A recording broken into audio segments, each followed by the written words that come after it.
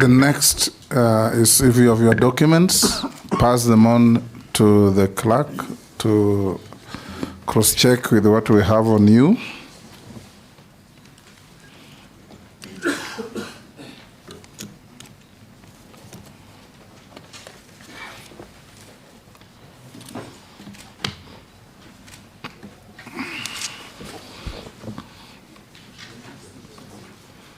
We'll start by introducing ourselves. I'm the chairman of this committee, Speaker of the National Assembly. On my right is the Deputy Speaker of the National Assembly, Honorable Gladys Boss. On my left is the Clerk of the National Assembly, Samuel Njoroge. I'll invite the honorable members of the committee to introduce themselves. Naisula Lesuda, MP Samburu West. Nelson Koech, MP Belgut. David Kosing, MP Pokot South. Gikaria David, Nakuru Town East. Mase Mary, Teso South. Abdul Rahim Daud, MP North Imenti. George Gitonga Murugara, Tharaka. Owen Baya, Kilifi North. Robert Mbui, Kadiani. Stephen Mule, Matungulu. Dido Raso, Saku. Abdi Shurie, Balabala. Mishimbo Kolikoni. Rehab Mukami. I'm Caleb Sabot. For the record, Kimani Shoma.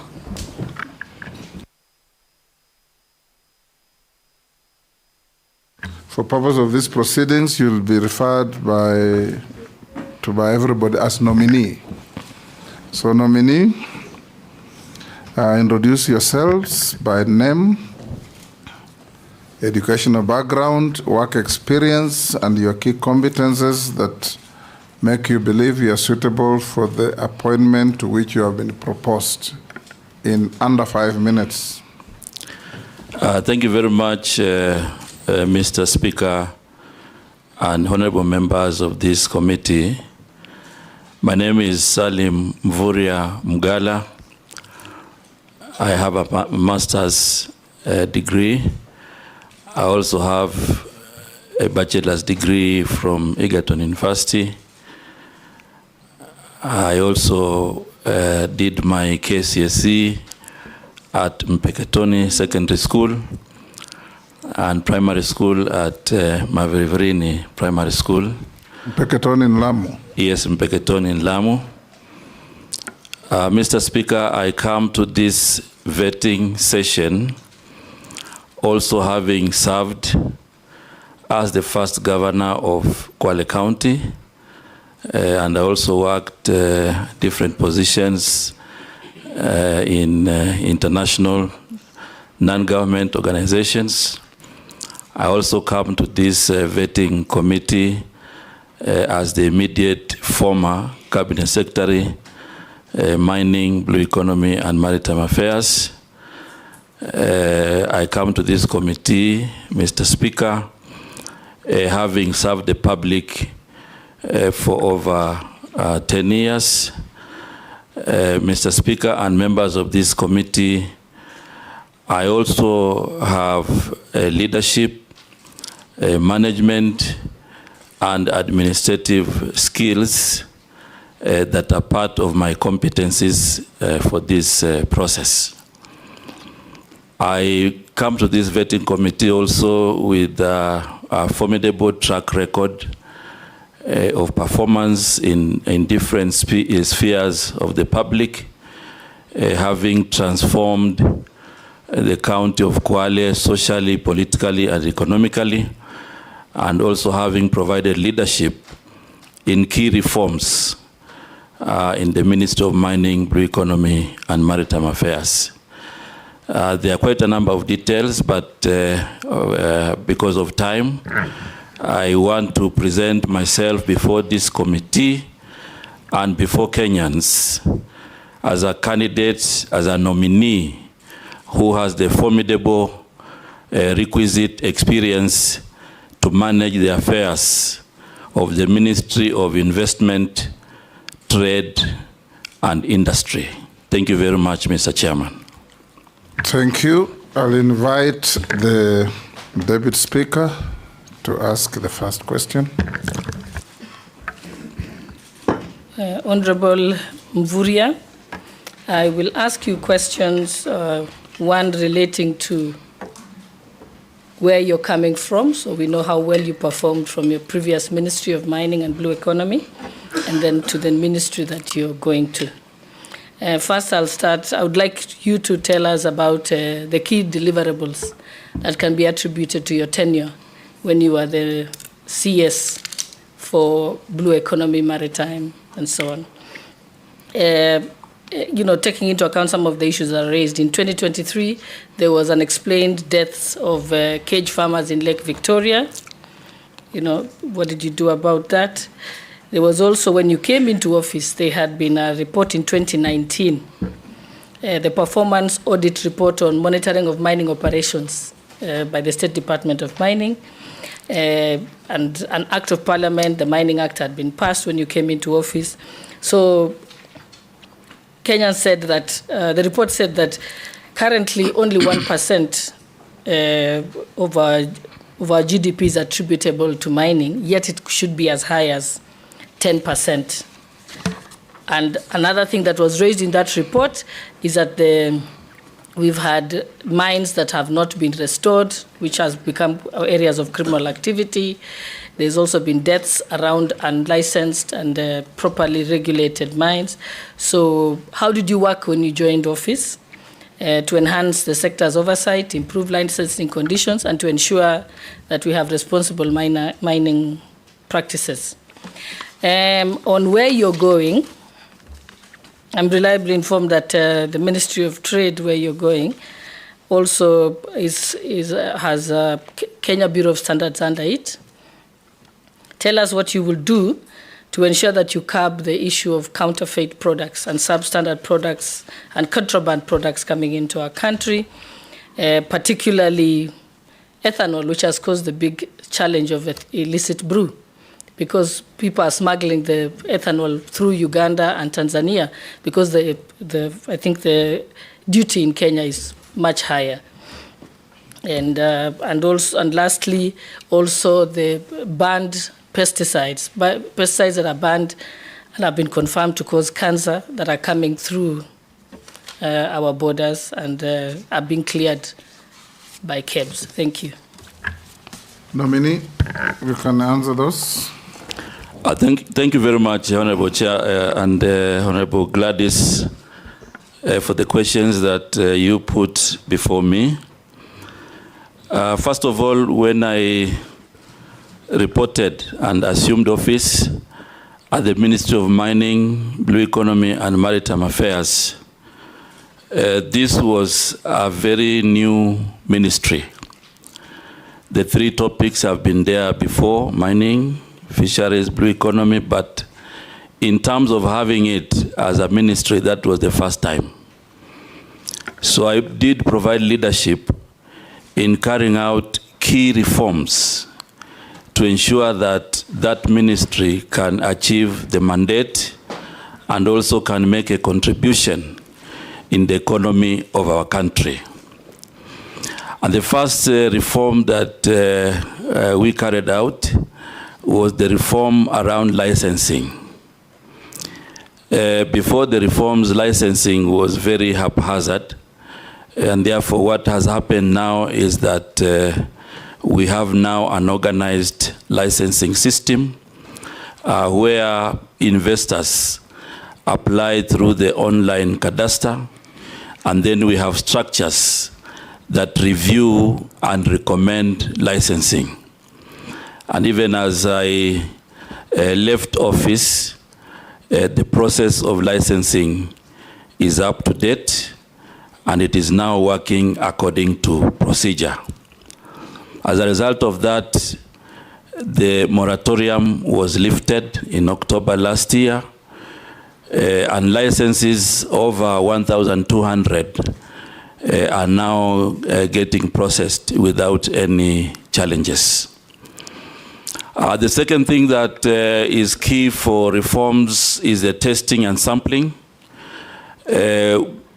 investors had a lot of challenges, you know, on testing their products.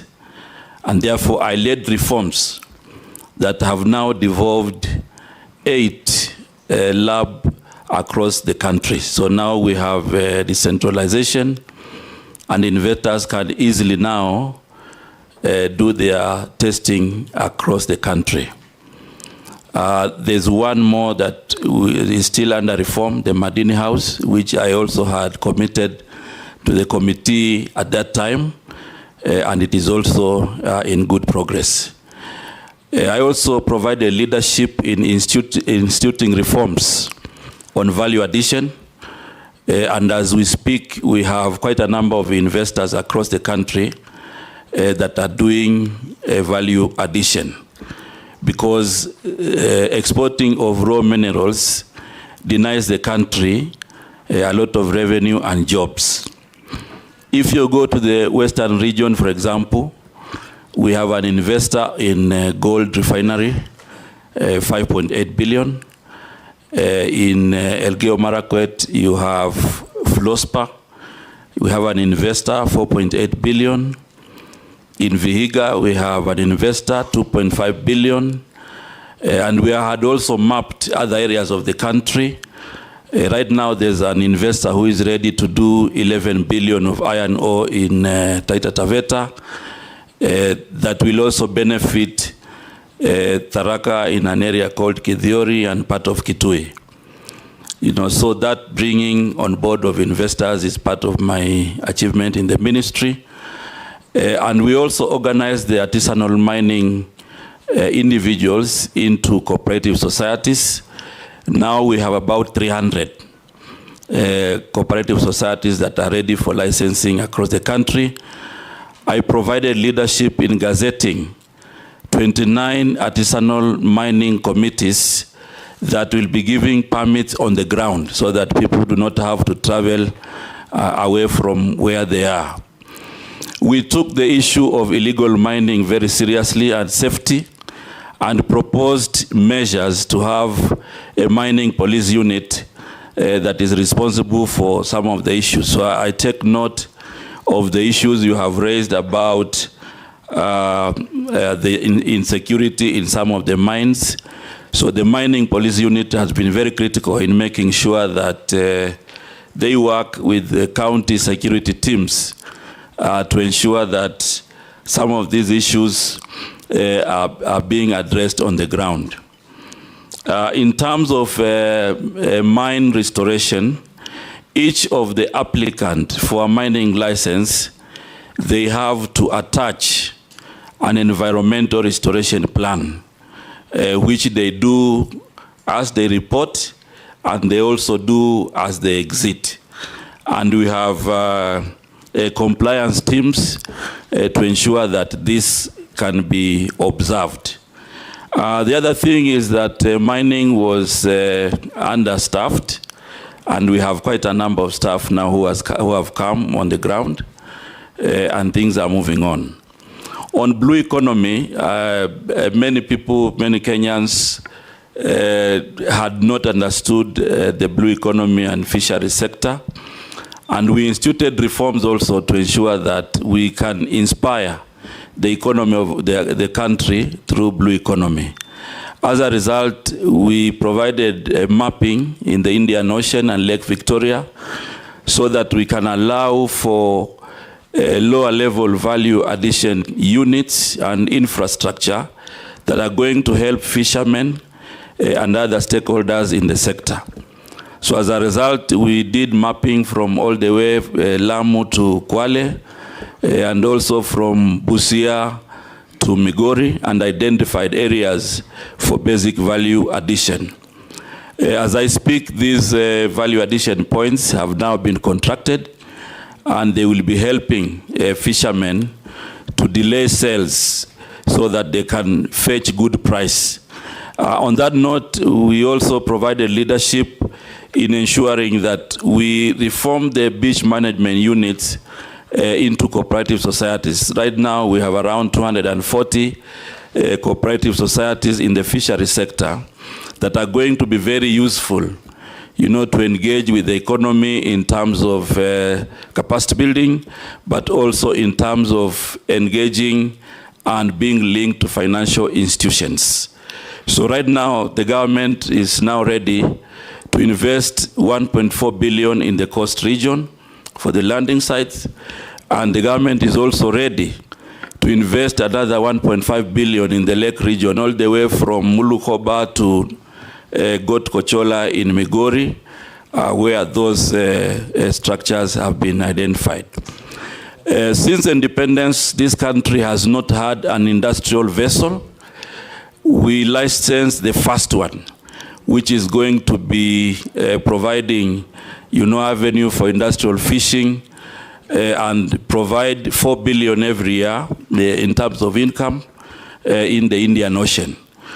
Our target was to do 3 before the end of the year, but last 2 weeks we gave license to 1 vessel, and more are coming to ensure that we are able to inspire the potential in the blue economy sector. So, Mr. Speaker, this topic is very lucrative, but I also want to add that Kenya is now a highly respected maritime country, because when we went to London last year and the campaign, Kenya was elected category C as a maritime country. And as a result of that profile, I continue to provide leadership to ensure that we are able to upgrade our institutions to fit the new profile. As a result of that, we have a pending draft bill for Bandari Maritime Academy to be a full institution. And part of the upgrade is to construct a survival and training center, which will cost the government of Kenya 2.4 billion, basically to ensure that we enhance our capacity building on maritime affairs. Okay, I think, Honorable Mvurya, I think I'm satisfied now, but I think it confirms what the President said, that you had very poor communication, because you've done great things, but no Kenyan knows about it. I am from the Flospa area. I didn't even know that you have an investor for it. So maybe you can use an opportunity to tell my people in Elgeyo Marakwet what exactly you're doing with Flospa before you go to your next answer. Thank you very much, Honorable Gladys. And I think maybe we missed out, but the members of parliament from that region and the leadership, we were together when we were introducing the investor. But because of this session, I'm sure now we have created awareness across the board to tell everybody that now we have an investor in Elgeyo. Before we go to the next, Salim, the licensed industrial vessel in our ocean waters, is it Kenyans or foreigners? It is a foreign owned, but also we will have Kenyans who also partner in that vessel. What percent local content? The local content, okay, we haven't signed the agreement yet. I think that was part of the negotiation, but we are looking at between 15 to 30% Kenyan. The law provides 40.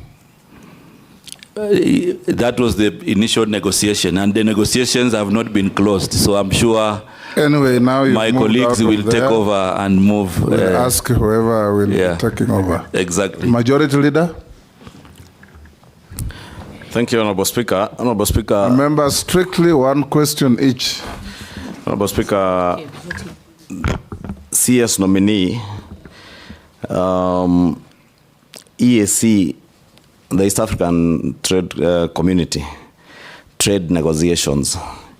Kenya is viewed as a very weak negotiator, especially for her local protection of her local industries and local farmers.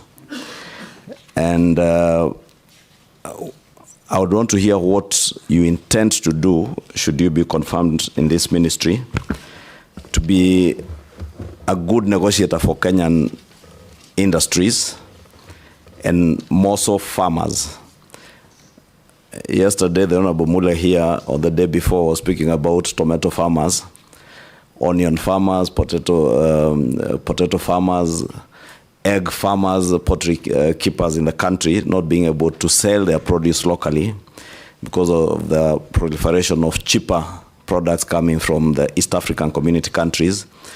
And largely because of the East African Treaty, we cannot use tariff barriers, but the non-tariff barriers, which are supposed to be negotiated by the ministry, I'm told we've been very weak on that. What would you do to do that? And also on the policy of import substitution. We had very many good proposals, and I agree with the Deputy Speaker that you clearly failed in communication, because all the good things you've spoken about in your ministry, of former Ministry of Mining, as you say, you engage with the Elgeyo Marakwet leadership. The Deputy Speaker was born there, but she represents the people of Singishu. Next door, she didn't know, because you engage with the local leadership. But that is an investment for Kenya, not for Elgeyo Marakwet County. And therefore, I want to put it to you, and you will tell us whether you actually did fail in communication. And if you failed in your previous ministry in communication, what would you say to convince Kenyans and us that you will not fail in communicating what you are doing for our country in the new ministry should you be approved? And I'm saying that, moving on to what I was speaking about, import substitution, our local manufacturing sector, because of a failure of communication in government, our local manufacturers had very good propositions or provisions in the finance bill that was lost, as we have been told, out of poor communication by government. We have now exposed our local manufacturers, whether they are manufacturers of diapers, sanitary towels, or those in the steel industry, to unfair competition from very cheap imports whose standards we can't even ascertain, since they come to the country done on standards from other countries, especially those from the far Asian countries. What will you do as a new minister to ensure that we at least save the good provisions that were there in the finance bill touching on local manufacturing industry, to protect our manufacturing industry now, as since the State Department for Industry will be under you, and some of those provisions sought to protect that State Department work in the manufacturing sector. Nominee. Thank you very much, Mr. Speaker. And I want to address the matters that have been raised by the Honorable Majority Leader, and thank you very much, Majority Leader. I think I will, first of all, I want to begin on where you stopped. On the issue of communication, I must say that we did all the best to communicate this through the media and through any other forms. However, going forward, it is a matter that we will be able to strengthen to ensure that there is communication. And communication here... there is the mainstream media, yes, which we used to call mainstream media, which is the TV stations and the newspapers. But today, the alternative media, which is social media, is now the mainstream media. Yes, exactly. So you've got to change your thinking, who's alternative and who's the mainstream. Yeah, that is one of the areas that we will, going forward, I think as government, we will be able to use those channels of communication to ensure that we get everybody on board.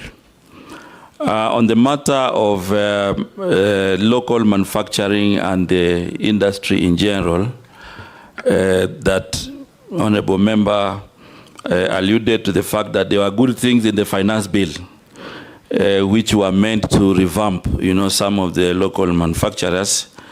One of the key areas that we will strengthen, or I will provide leadership in strengthening, is to make sure that we bring as many stakeholders as possible. For example, the Kenya Association of Manufacturers, KEPSA, the Kenya National Chamber of Commerce and Industry, and many other stakeholders to make sure that as much as possible they participate. And also using some of the corporations and sagas in the ministry.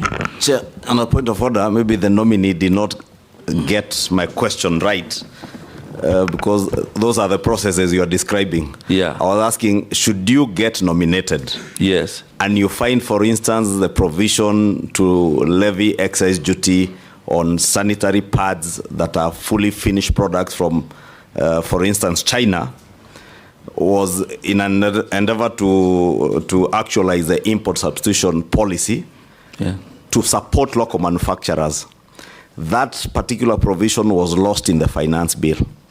Should you be approved, will you pursue, and maybe the nominee who was there before you actually did put it very well, that it is possible to break down the finance bill into various other laws. Should you then be approved, would you pursue actualizing the good provisions that sought to protect local industry? Because, as I said, they were lost because of the poor communication generally in government.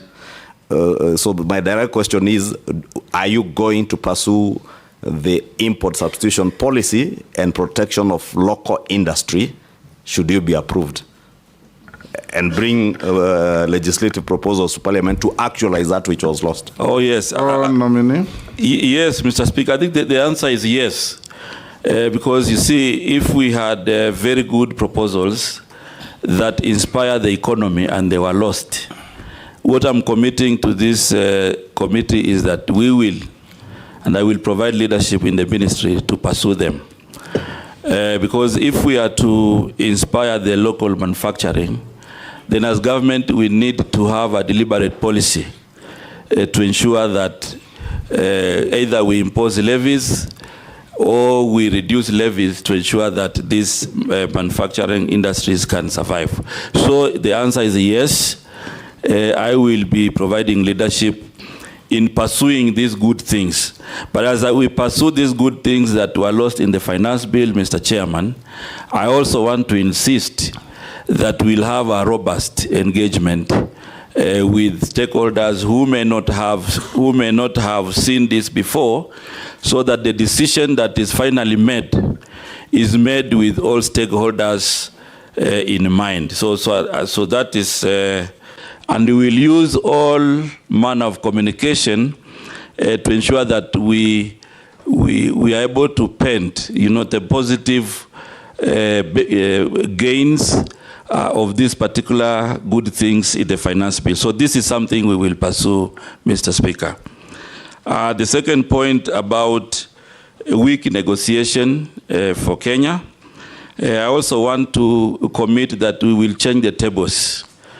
It has come out not just in negotiating for farmers, but even in other forums, where we have a subcommittee of the East Africa community. Kenya has been making a huge contribution in terms of budgets, but in terms of benefits, you find that other countries are the ones benefiting. So this is an area I also want to commit that I will move in to ensure that we protect the national interest. And on this one, we make sure that we have parameters before negotiation, and we evaluate our negotiation so that we are able to benefit our people.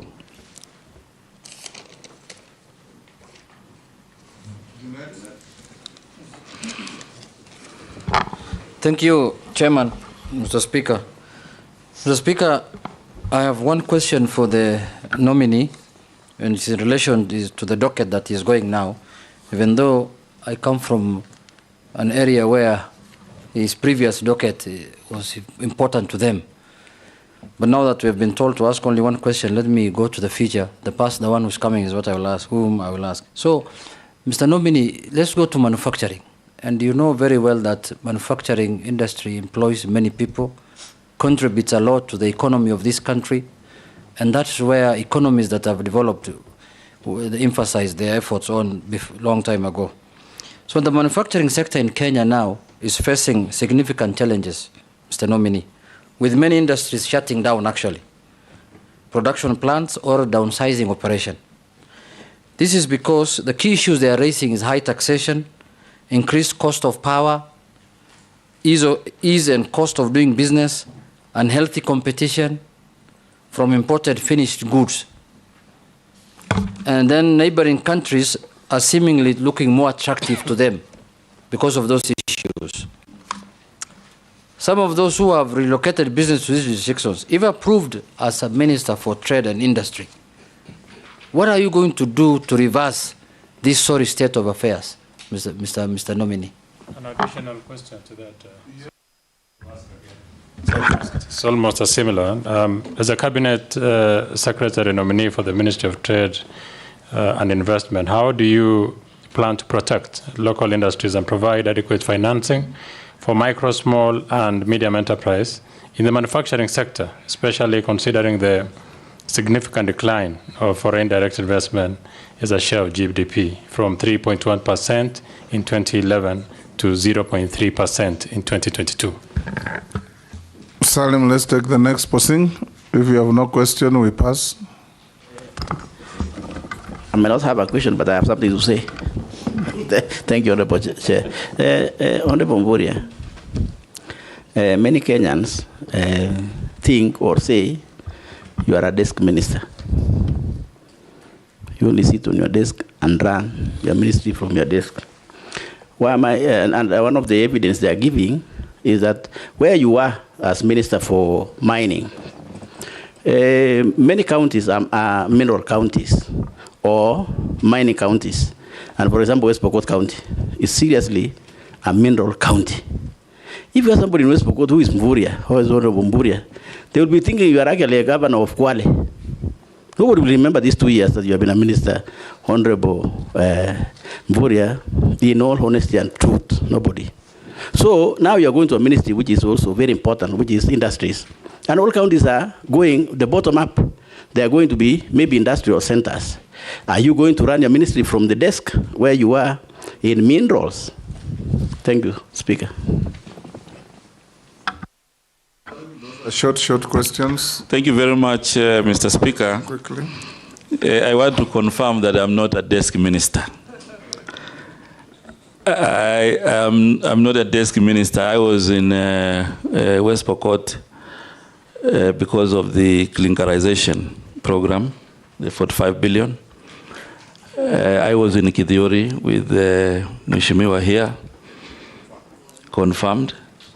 And many other places across the country, including Kadhonzweni in Makueni, Mulukoba in Busia, and many others. So maybe I may not have come to your constituency. I was also in Kamket and Katikit, Kambia, Samakis, and I can give examples, you know, many of them, but I think we need to also acknowledge that our country is very big.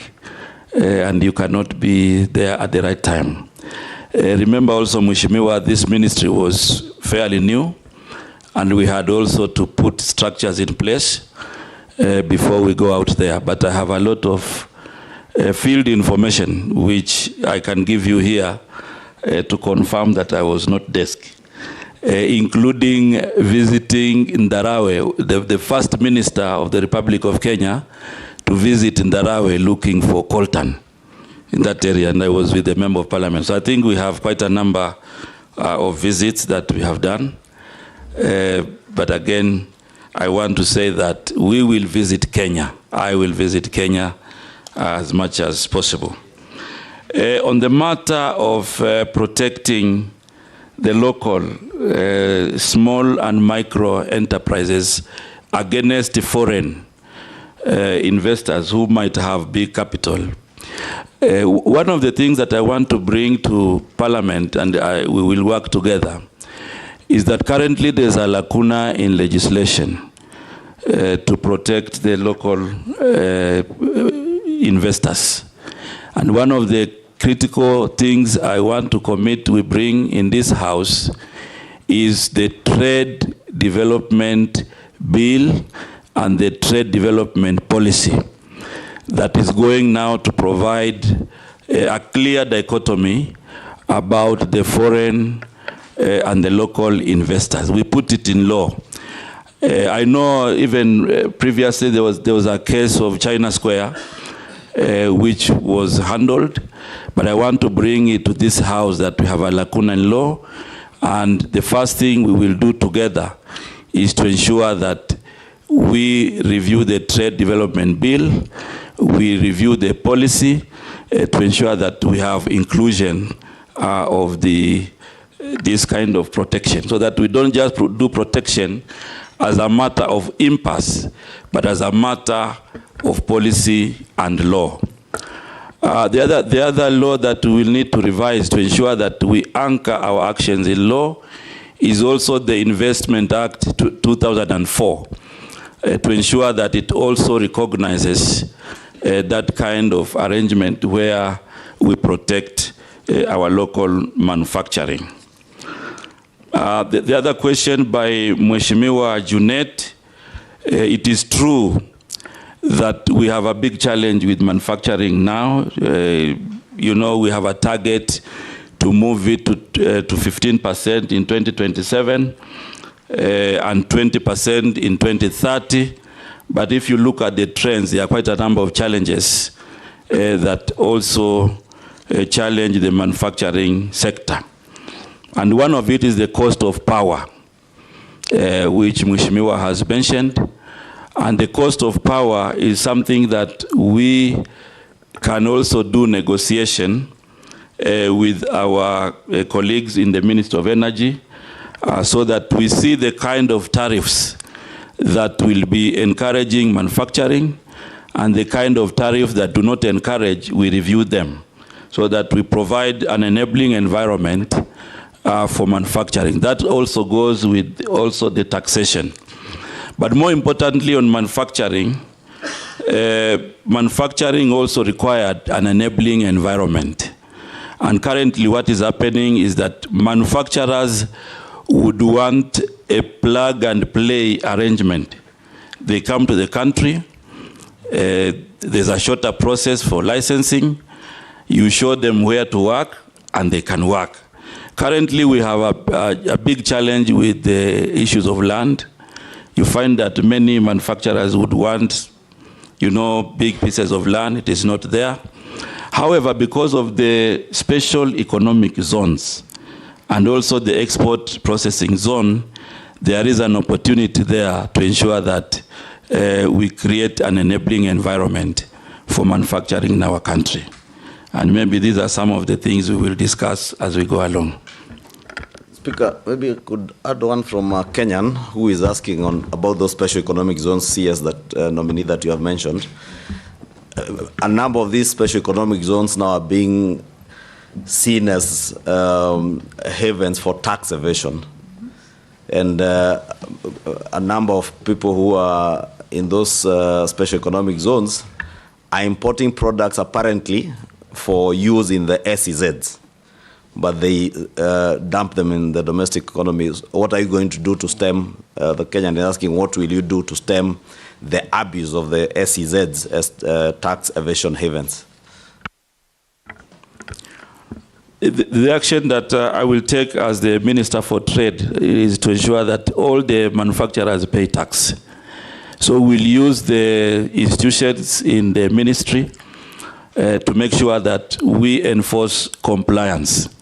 Because if they evade to pay tax, then it defeats the entire purpose of having them as a priority in the special economic zone. So we'll ensure that we use all the institutions available to make sure that they comply in paying tax in our country. Because we cannot give all the advantages and then they don't pay tax. That one is not going to be accepted. Yes, Gikaria. Thank you, Chairman. Maybe just to reiterate what the majority leader was talking about communication. I think it is important for the nominee to understand the importance of communication or passing the government information to the public. You know, I have been in a committee where we were oversighting the nominee, and it has always been an issue. But all that not without the question that I want to ask the nominee is on matters to do with substandard, counterfeit, contraband products that find their way in the market. And what happens, which is the worst part, is that hustlers, a local mwananchi who hustles, goes to the bank, gets a loan of around 100,000 to buy goods that he doesn't know whether they are counterfeit or contraband, and that is why the police land all the time. Yet, these things are supposed to be stopped at the point of entry. In your tenure in this ministry, what are you going to do to try and save these Kenyans the agony of losing all their businesses to the police? Just in fact, that would have been stopped at the point of entry. So what policy measures are you going to put in place to protect these Kenyans by stopping these counterfeits at that entry point? Thank you, Chairman. Thank you, Chairman. Very quickly, I think it would be important if this committee finds you suitable to hold that position and you're passed or approved by the National Assembly, to have a candid conversation and a sit down with the manufacturers. Not just the normal conference, but have a conversation with them on what the issues are. Because we've left it to ourselves to decide it is the taxes, others think it is electricity, other things. Let us hear from them what their real issues are as you come up with the policies. Because if it's about taxes, others think that some manufacturers are favored. When we see exempts, we can almost tell which manufacturer is being favored. And so we want all manufacturers to feel that the country and you and the nation is actually serving them. But quickly to my question, direct question, what measures will you take to harness the entrepreneurial skills of our young people who have a strong focus on digital technology? We keep telling our graduates they are no longer, we don't have enough formal jobs, they should get into entrepreneurship, businesses, but what are we doing, or what will you do to see to it that we harness it and not just telling them there are no white-collar jobs?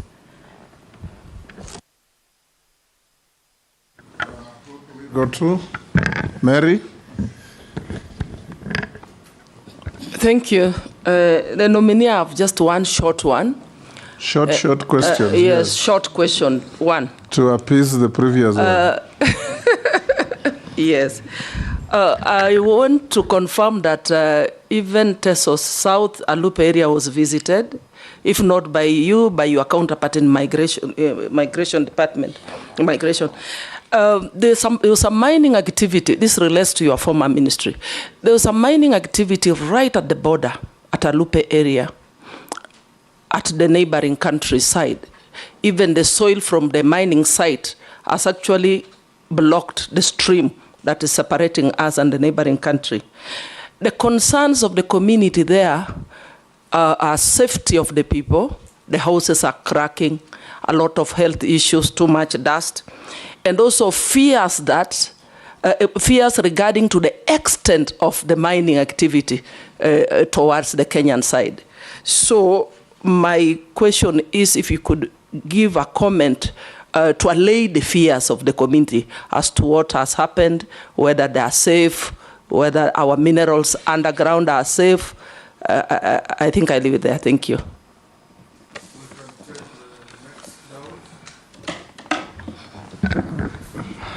Thank you, Mr. Speaker. To the nominee, Honorable Mvurya. How are you going to, everybody is talking about industries and the big people. How are you going to talk about assisting the small person who is on the street in terms of regulations, in terms of markets for them, small places where they can do business, and regulations and licenses?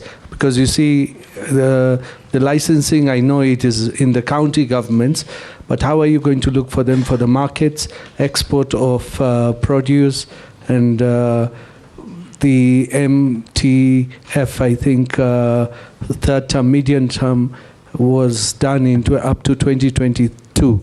Are you looking at doing the medium term 4 while you are if you are chosen for this ministry? Nominee, you can answer those from Gikarian, Isula, Mary, and Dawood. The short questions. Yeah, thank you very much, Mr. Speaker, Honorable Rahim. First of all, most of the trade issues around small and medium enterprises are devolved. And therefore, the action that I will do in the ministry is first of all to ensure that we develop cordial relations with the county government. Right now, there are 37 county aggregation and industrial parks, and these are meant to provide an avenue for small level traders to have a place where they can aggregate, to have a place where they can have the first line of value addition. So this particular model that we are working with the county government is meant to inspire the local economy. So we will be able to work together to ensure that these CAIPs then become practical, formidable places for value addition, for businesses, and to inspire private investment. And not just the CAIPs, we also have a cluster, of aggregation centers that will also be very useful to aggregate their products and they can prepare for the market. What we will also do at the national level is to support the county governments with the quality checks. So we'll be utilizing our institutions of quality checks that will work with the county governments to make sure that if it is tomatoes that are being aggregated, then we look at the issue of quality. The other issue that Honorable Mary has raised about mining in Alupe, I want to confirm that we have mining activities in our neighboring countries in Uganda, mining of gold in that region. And the investor from across the border has been mining underground, entering into Kenya. And these are issues that we took up with our colleagues in Interior. And the Interior, and together with the Minister of Mining, closed the mine, and it is monitoring those activities. We also scaled up this as a border issue that is also going to attract discussions between Kenya and Uganda to ensure that we don't infringe each other's space. The other issue that Mheshimiwa Naisula has raised about harnessing digital technology, especially for young people. The plan is basically to do incubation and mentorship of ideas. So I intend to provide leadership for Kirdi to mentor and to do business incubation for young people. In addition to that, we'll be able to develop an industrialization fund which is going to help young entrepreneurs to be able now to advance their business ideas. On the matter of counterfeit, first of all, I want to say that the area of counterfeit is an area that we will need to work together with Parliament to make sure that the counterfeit authority, has enough regulations, has enough legislation to deal with the counterfeit in our country. In addition to that, we will introduce a counterfeit integrated management system that is going to be introducing efficiency in identifying counterfeit and contraband goods. We'll also work with KEBS to ensure that they also participate in checking the quality of goods. However, most of these counterfeit goods come across the borders. So we'll work with our colleagues in security to ensure that we also create awareness and enforce compliance so that the borders are not used to bring counterfeit goods to our country. Thank you. Yes, George, yes. Honorable George Murugara. Thank you. Thank you very much, Mr. Speaker. Nominee, I think you had started well in the Ministry of Mining. And I confirm because we went with you to Tharaka Nithi, and while there you mentioned Kitui and West Pokot and other counties. And you mentioned that investors are actually coming to invest in the mining sector in the country. I hope you've not lost the address book, because now it does appear that they may have to pass through you as they come to invest. I'll make it to EPZ. The EPZs are created purely to ensure that we exploit our local raw materials for purposes of export. But we are aware that the raw materials that are used in most of these EPZ industries are actually imported. They are brought into the country, they process them, and they then export. And we are told part of that is simple, the simple jeans worn by our youngsters in the country. Can you kindly confirm how you would work with, especially the Ministry of Agriculture, to ensure that those crops that are supposed to spur investment in the country, like cotton, sunflower, canola, and others, are revived, and we are able to start producing raw materials which would go into EPZ, as a result of which we would be able to export our own produce? Owen? Thank you, Mr. Speaker. Mr. Speaker, I would like to just ask one question. You know, when I joined university to do masters, there was this professor who must have been doing some work on AGOA, the African Growth and Opportunities Act. And he made me believe, every lecture he would just talk about AGOA. And he made me believe that this was a panacea to industrialization, to manufacturing, and to economic growth and the GDP of this country. If you look at the AGOA, the way it is established, it has actually, for a large extent, provided jobs for young people and all that. But this act is actually coming to an end in 2025. 2025, that's when AGOA expires.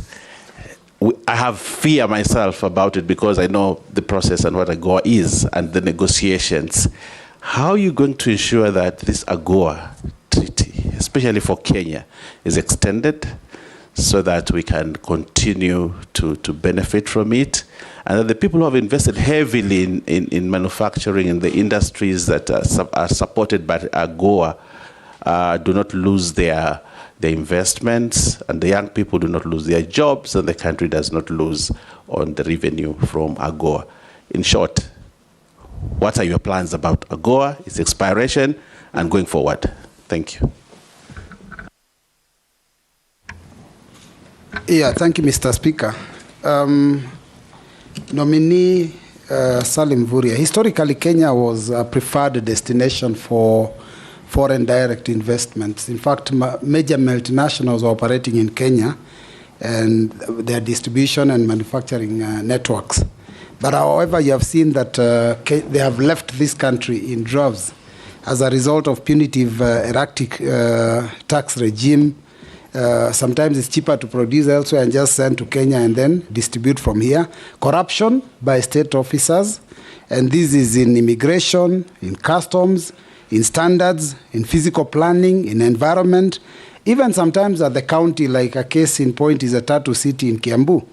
And then also the issue of poor infrastructure and energy and transport. What do you want to do so that you can return Kenya to its lost glory and have those multinationals come back, because then we'll be able to boost the issue of employment of our youth. And there's a question that had been sent to the committee, though it wasn't submitted, not in the form of an affidavit as required, but it was a question that I think you need to also answer, because an issue of integrity. These people are saying that there have been allegations, accusations, and criticism leveled against you on the matters of corruption with respect to misappropriation of county funds when you served as a governor.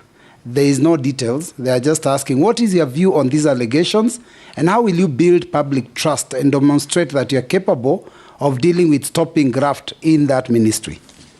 Thank you, Chairman. Chair, can I give? Yes, Mule. Thank you, Chair. The nominee, Honorable Mvurya. As you are aware, that Kenya has invested a lot of funds and resources at Konza City for the last almost 10 years. And as a nominee for investment, trade, and industry, to help the government and the young generation to create jobs, what are your views? What is your vision for Konza City to be realized as quickly as possible to create the most needed jobs for the young generation in this country? The short one, Salim, we can take Razo. Thank you very much, Honorable Speaker. Because of time, I'll ask two questions. Honorable Mvurya, you were governor in Kwale, and then you were a cabinet secretary. For those of us in parliament, I think a lot of us, we feel that you governors who came to the central government still believe you are managers in counties as opposed to workers in the executive. Maybe I want you to really comment on that. My first question is on, because of time, Mr. Speaker. Okay, proceed. Okay. It is on the blue economy and mining. It is estimated that this is $1 billion industry if properly looked at, or a lot of effort is put into it in mining, in the blue economy of fishing. But at the moment, we are only able to raise even less than 1% of the GDP. Is it that we are underinvesting, particularly in that ministry, or we do not have the necessary human resource? Or maybe because we don't know that that particular industry or resource exists, particularly in excavation of minerals, in the blue economy. Those nominee. Okay, thank you very much, Mr. Speaker. There are 5 questions. Murugara, Owen, Robert, Mule, and Raso. Thank you very much, Mr. Speaker. I want to begin with the 2 questions that have been posed by Honorable Raso. It is true I served as governor for 10 years in Kwale County and transited to be CS. So I want to confirm that I don't think I'm in the county. I hold the national executive in high esteem, and I act within the mandate at the national level. So, and I want to speak also for some of my colleagues who have served together in cabinet. Speak for yourself. Because he said, you governors. You know, I want to confirm that that transition has happened, and it is now a national responsibility. In any case, it was a comment. It was not a question. Oh, I thought it was a question. Yes. The other thing about now the multi-billion sector in mining and blue economy, it is true it is a multi-billion sector. However, it is not a sector you go in and you get the multi-billion. You have to invest. And the first investment, for example, in mining is you have to invest in data.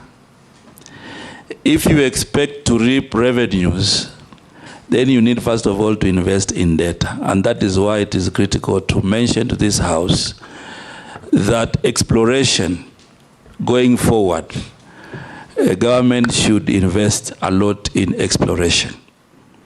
So that when you now have discovered coltan, the government is the one saying we have coltan, it has this economic value.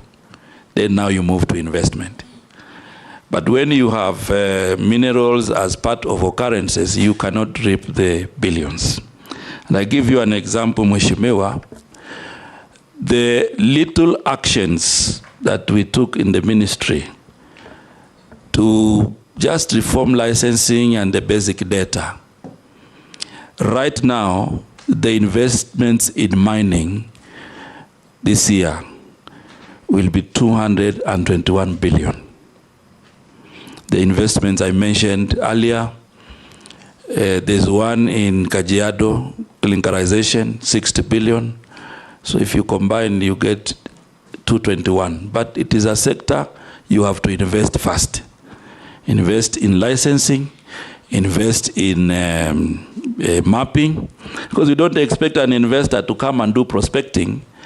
Then the government is the one reaping the billions. You need to put some money for that. On a point of order, Speaker. Secondly, on a point of order, Speaker, just yes. on that point. Yeah. Because, Honorable Speaker, some of us have been here for some time.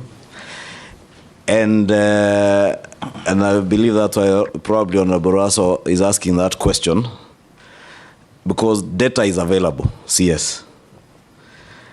We spent not less than, if I remember, not less than 9 or 11 billion facilitating the National Intelligence Service to do a geophysical survey of all our mineral deposits. Are you then telling the country that this data is not available to the government or to the ministry? I know that was in the last regime, but government operates in perpetuity.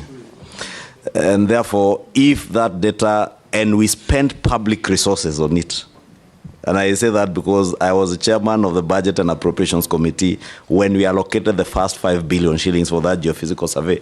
That money was under the Ministry of Mining. It was moved to the National Intelligence Service with the justification or pretext that it was very sensitive data. Are you telling us now that that data that we were told was sensitive is not available at the ministry or with government? It disappeared with the other regime. Okay. And could that be the reason why there are people who settled on mineral deposits somewhere in, you know where? I may not answer. In Transmara. I may not answer on the settlements, Mr. Speaker. I may not answer the settlements.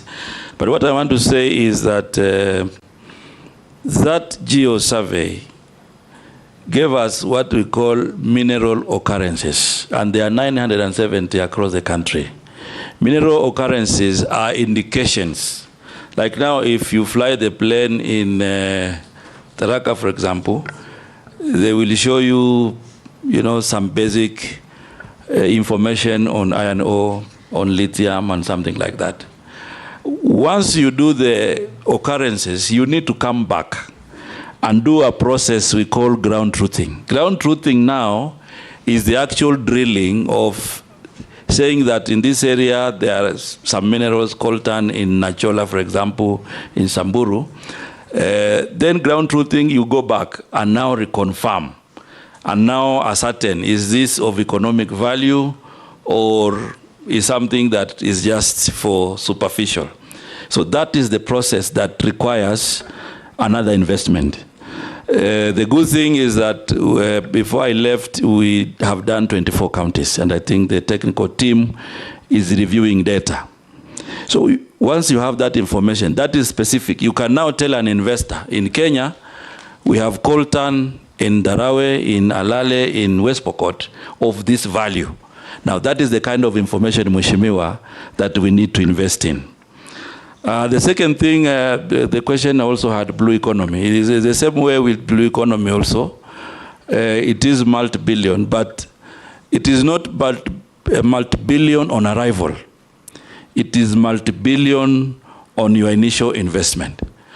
For example, if you go to the Indian Ocean, there's a process that has to be done. You know, you need to do stock taking, stock taking of the fish in the Indian Ocean, so that when you are negotiating also with investors, have an idea of what is there. The Indian Ocean and Lake Victoria are highly occupied also by settlements, especially Indian Ocean, you have beaches and whatever. You need also to do marine spatial plan so that you can identify areas where you can put small pots. You can identify areas where you can put different investments. That is an investment you need to put initially before you begin now to reap the multi-billion. But I want to confirm that as a country, we are now on the right trajectory. That will be achieved with time. Now I go to the other question. The other question by Mheshimiwa Mule about Konza Technopolis. This is really a gem for young people because this is a city which is going to host the digital ideas for our country. And in terms of management, the Minister of ICT is leading this special economic zone. Just like any other economic zones, the challenge is the infrastructure, the horizontal infrastructure. Already there has been discussion with the government of South Korea, and they have committed to help us in putting the infrastructure in Konza. So once the infrastructure is put in place, then we will have a good environment. Point of order, Chair. Chair, so that I can help the CS nominee, already the horizontal infrastructure in Konza City is done. What is being required right now is to pull investors to come and put up the factories. And what I want to hear from you, what plan do you have and incentive government need to give so that you can pull the investors to Konza City to create the jobs? Kenya government has already invested, and we have visited Konza City not twice, not thrice. The horizontal investment is done. What you are speaking about, Korea government has already committed to put up the technical institution in the city. What are you going to do for the new investors? Mole says Konza Technopolis falls under the ICT ministry, and the investment and all the plans is to make it Kenya's equivalent of the Silicon Valley. So it is not investments to manufacture clothes or shoes or those ordinary manufacturing and trade wares that will fall under him. That's what I understood him to say. Chairman, what I'm looking forward for is the intertwining of the two ministries. We know very well. Konza City, the lead ministry is the ICT. But you are coming to a ministry whereby investment, trade, and industry will be under your purview, whereby government has already created the environment. And in your previous response, you say that the land and the infrastructure is required. Already there is already infrastructure done by Kenya government. It's you to intertwine with the industry ICT ministry to bring us the investors and to create the trade and the industries within the Konza city to create jobs. The Speaker, I thought Konza City is a parastatal on its own, under the Ministry of ICT. Yeah. If I got it wrong, yes. I got it right. It is. Yeah. And parastatals are semi-autonomous things that... That's what I try to tell the Honorable Mule, but he's asked the question. Let's see if Mvurya has the answer. Yeah, Mr. Speaker, I think there's no contradiction between me and the Honorable Member. Yes. When the Minister of ICT is taking leadership, yes, we will work together to ensure that we support them and we create the necessary synergies within government to advertise Konza City, to provide support through Ken Invest and other institutions in my ministry to ensure that then it becomes a viable project. So there's no contradiction. Okay. We will work together. Okay. Have you answered all? Robert Mbuis? I haven't gone. I'm now going to his question, actually. So I started from the recent. Now I'm coming up until...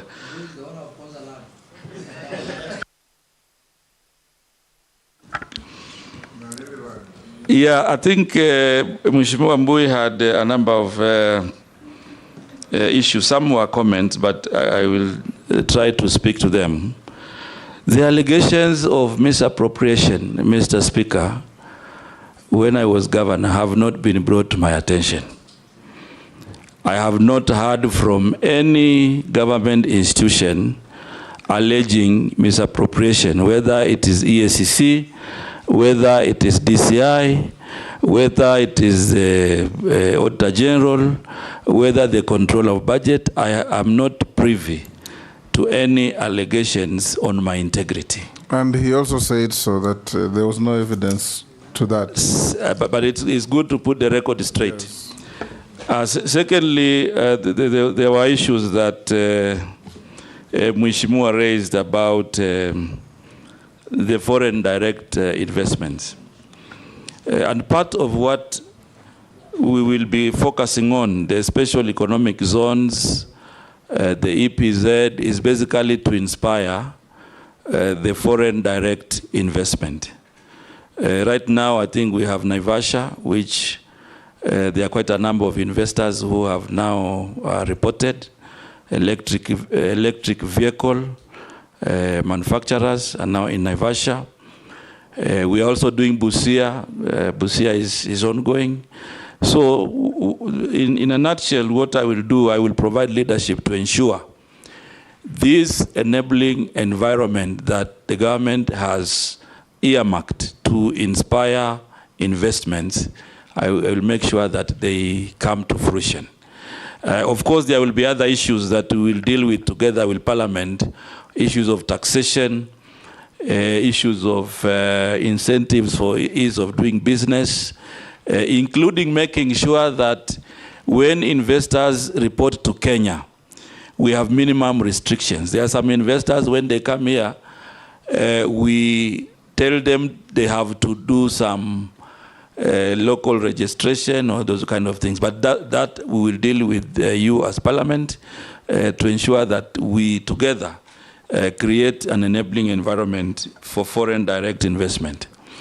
Mheshimiwa Owen, I hear you about the issue of AGOA, and you know, not just your lecturer, but many Kenyans, you know, are used to AGOA, which is coming to an end in 2025. And the discussion on AGOA is two-front. One is political, and another one is economic. Political in the sense that currently there are elections in US.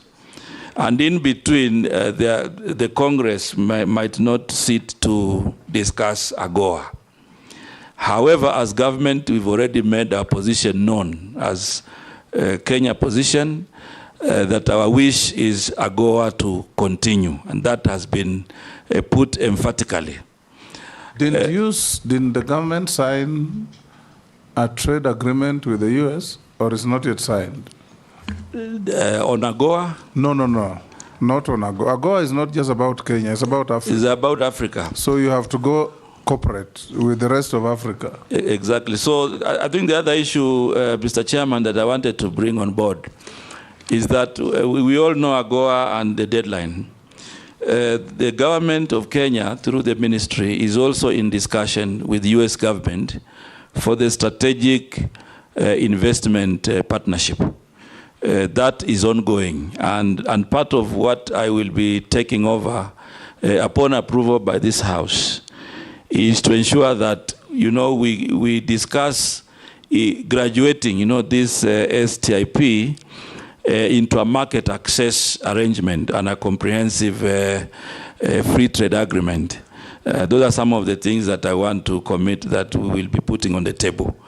Once we succeed to have it as a comprehensive free trade agreement and market access, then we will have had a good transition, from AGOA to this new arrangement. But it's still on the table.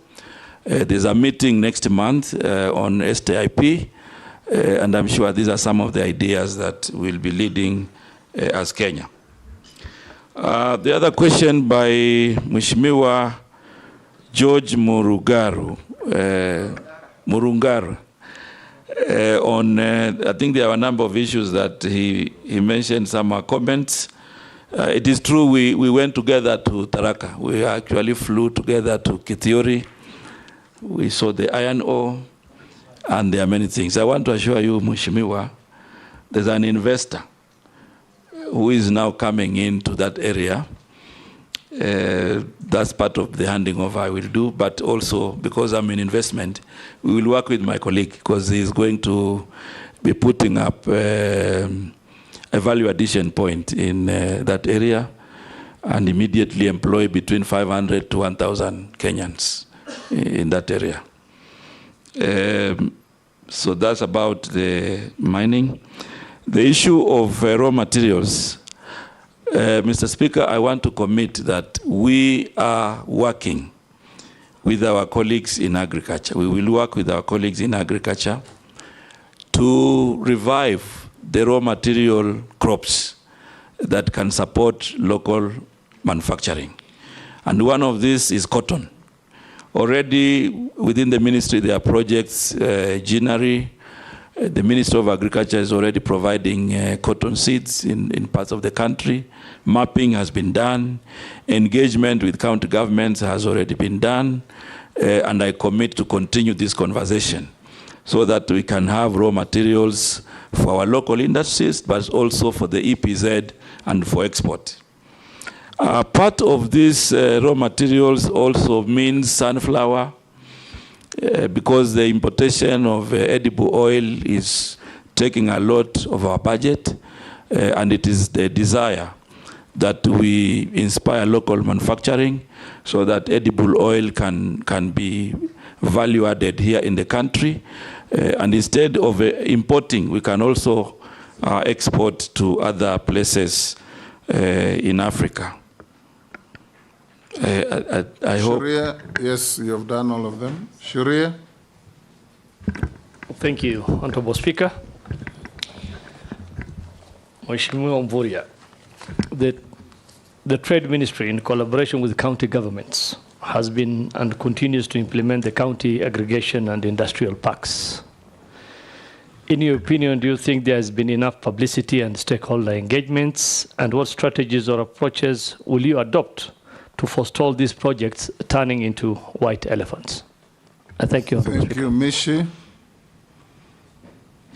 Thank you, Chairman.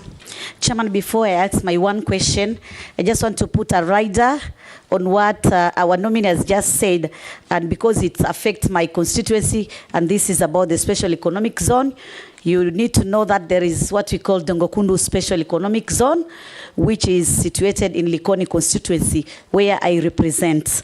And I just wanted our nominee just to give some clarity on how many foreign investors so far have expressed their interest vis-a-vis the local investors. And if it is true that local investors have been denied to be given land for investment, I just want him to answer this so that he gives clarity to Kenyans. And my question, Honorable Chairman, it is on the... That a rider or a... That is a rider because he's already talked about special economic zone, Chairman. But he didn't mention about Dongokundu special economic zone. That is why I had put that rider. Honorable Chairman, my question, it is on the Kenya Kwanza manifesto, which was talking about establishment of leather industry clusters, which was to be in Athi River, Narok, Isiolo, and Wajir. I just want to ask our nominee, what specific strategies are you going to employ to ensure that Kenya Kwanza government will realize this agenda? And on the same breath, what policy intervention are you going to employ to help reverse the current unfortunate trend of closure of industries? And also coming up with new industries like coconut, cashew nut, and Bixa, which is grown in where you come, Kwale County. I thank you, Honorable Chairman. Mukami. Honorable Mukami.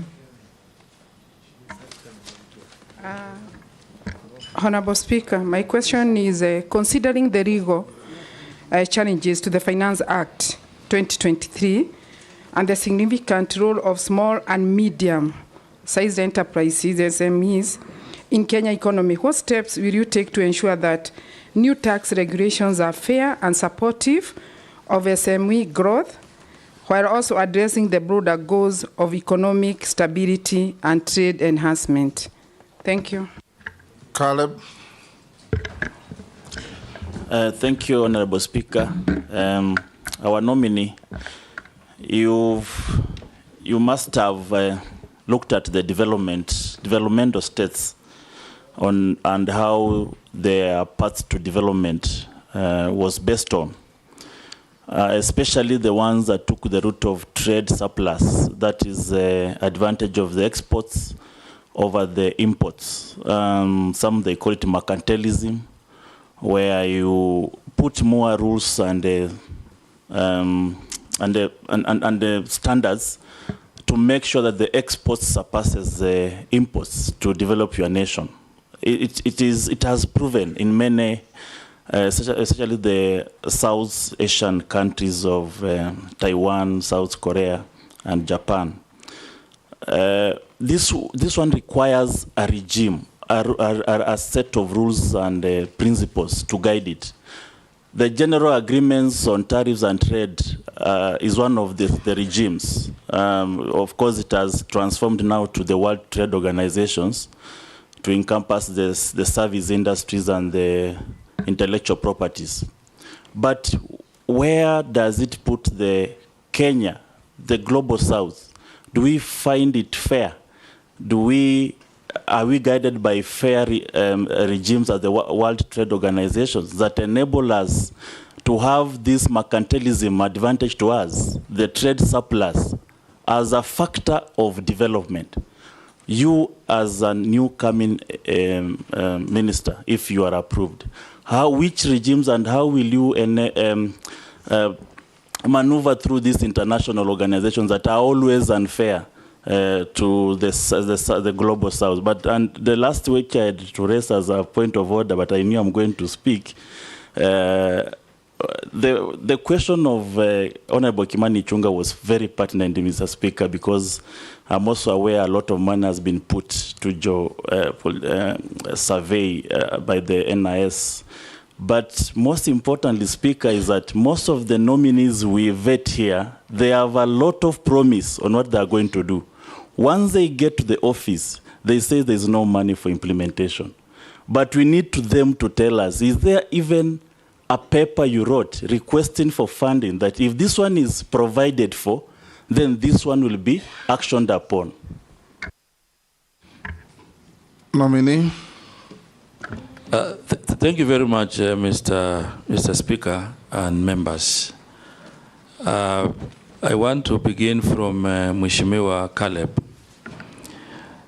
I think I want to be very clear on the issue of mapping of minerals.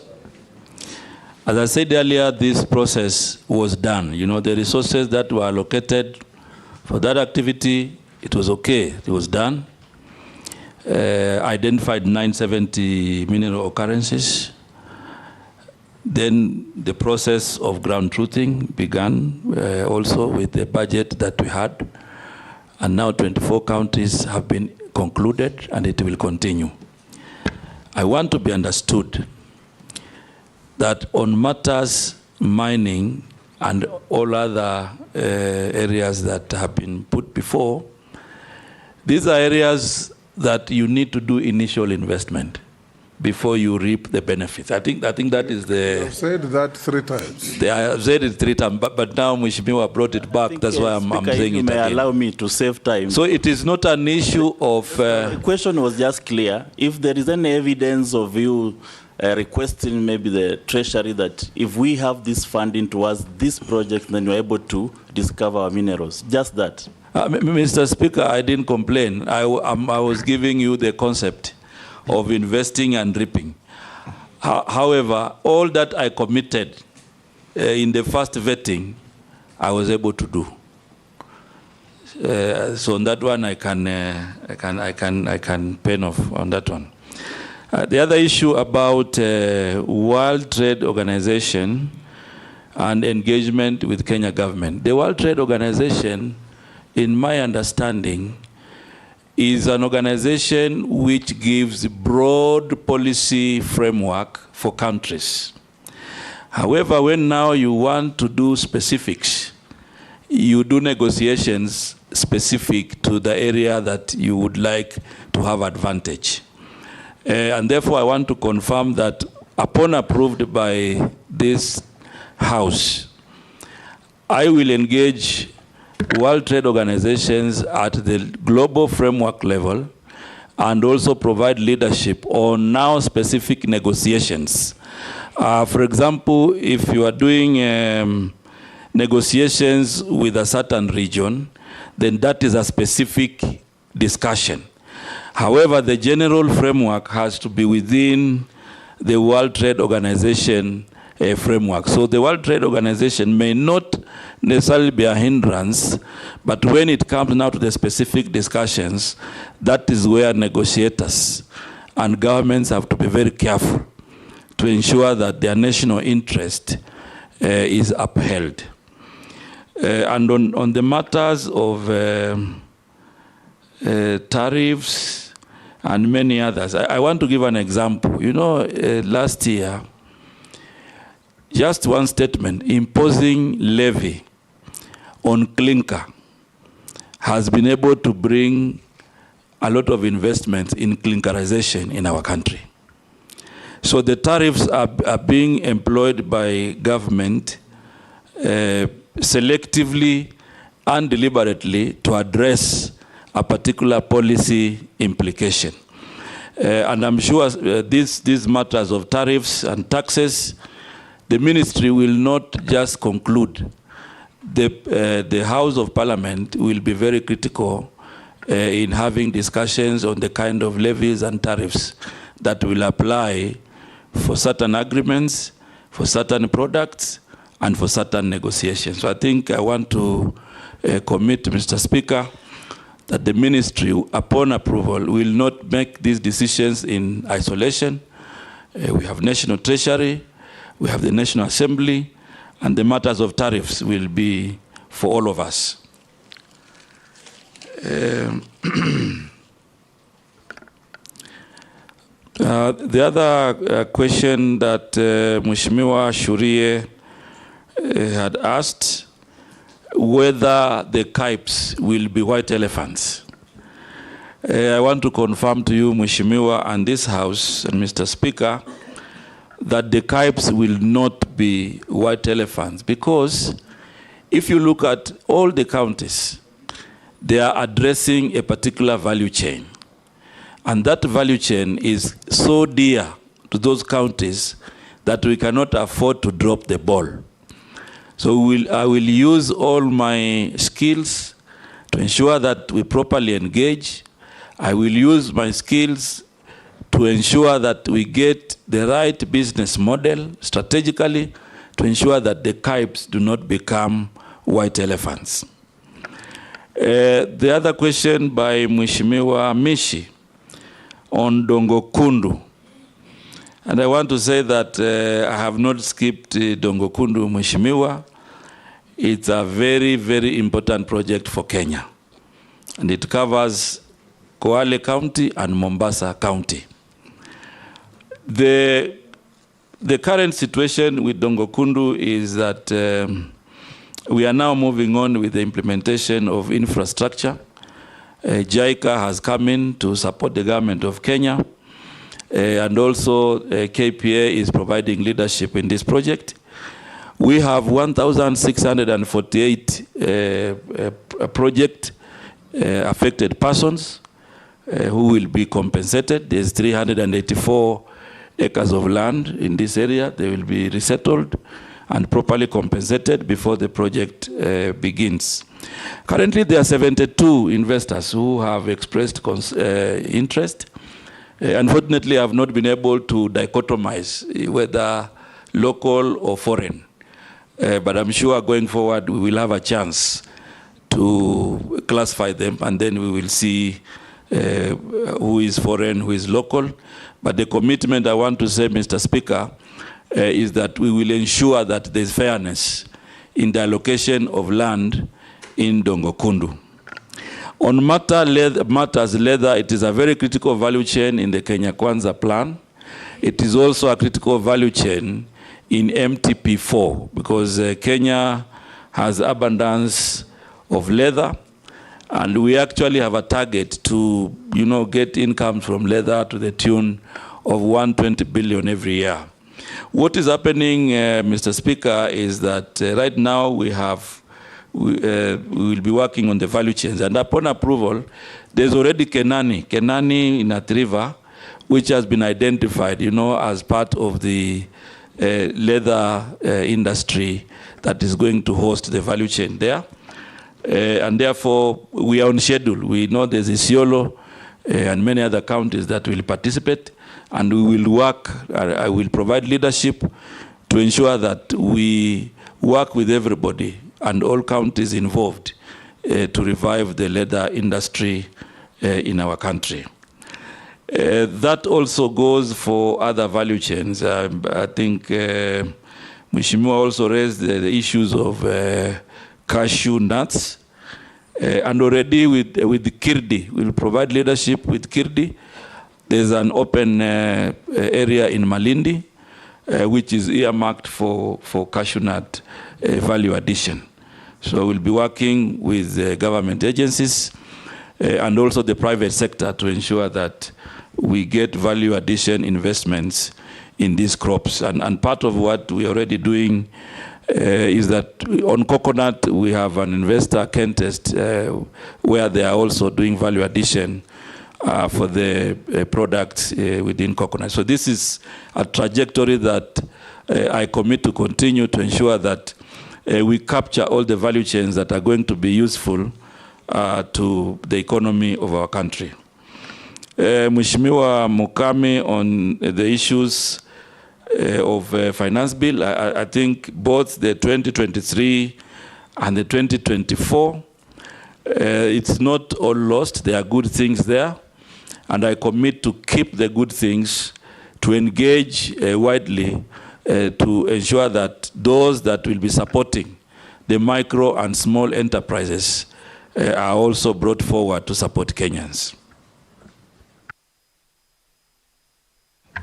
Nominee, a few questions sent in by members of the public. As one, he must be probably from your county. Wish you Allah's blessing. What will you do if approved to invest in digital technology, especially in agribusiness? Another one, why is titanium shutting doors under your watch with the locals losing jobs? You have taken away mining of titanium from Australians and handed to Americans. Why? Chairman, can I add one? Let me finish, then you add. Okay. Another one, what specific trade and investment policy proposals would you suggest to create jobs and unlock new economic opportunities for ordinary Kenyans, particularly the youth?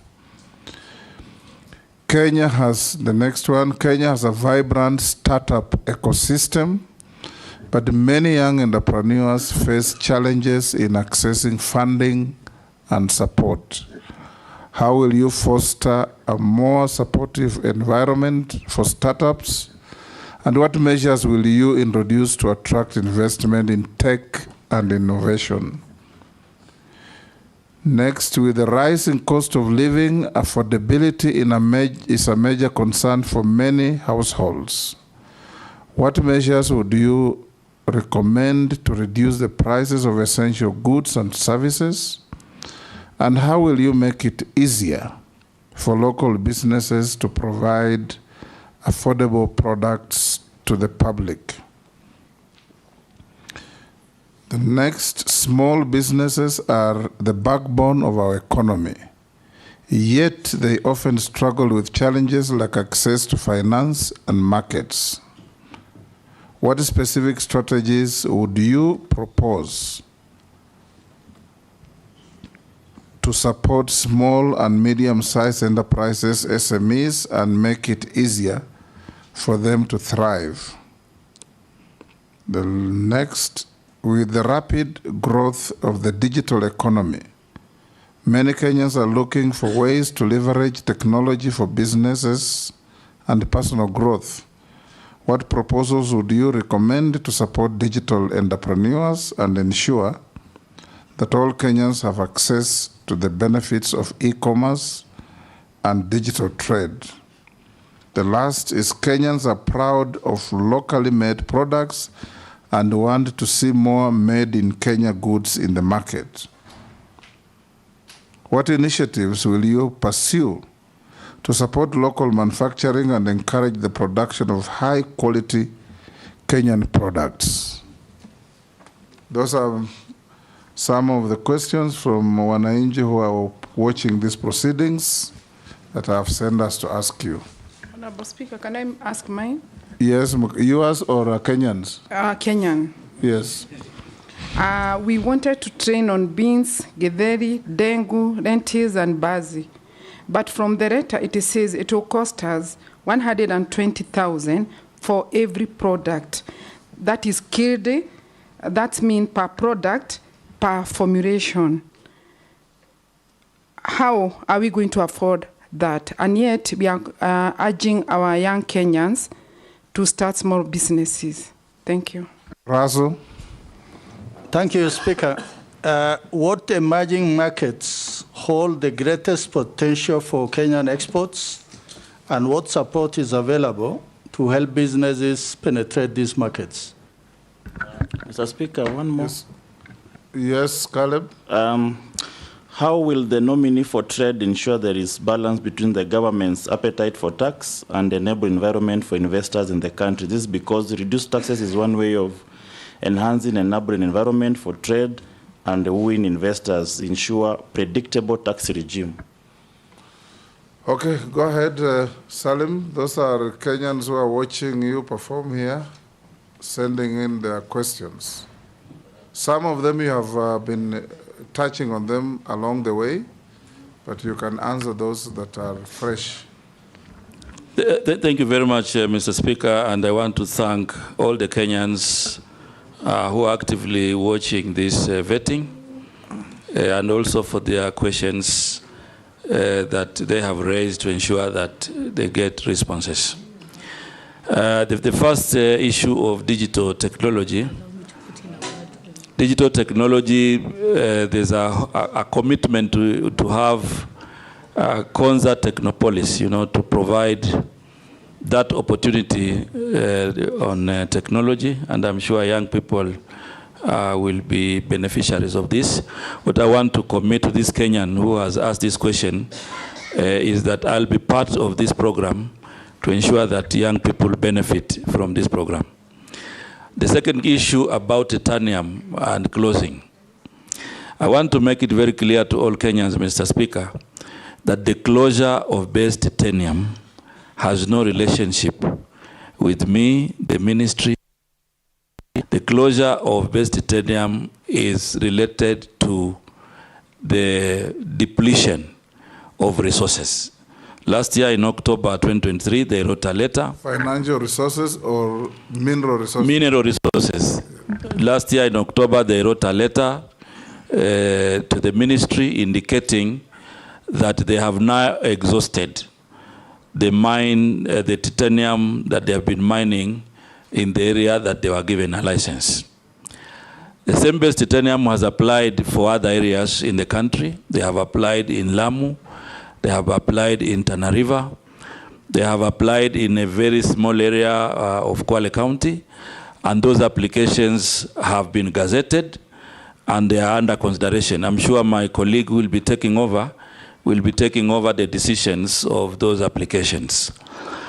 I also want to make it clear, Mr. Speaker, that as government, we didn't have any role in the shareholding by Americans or Australians.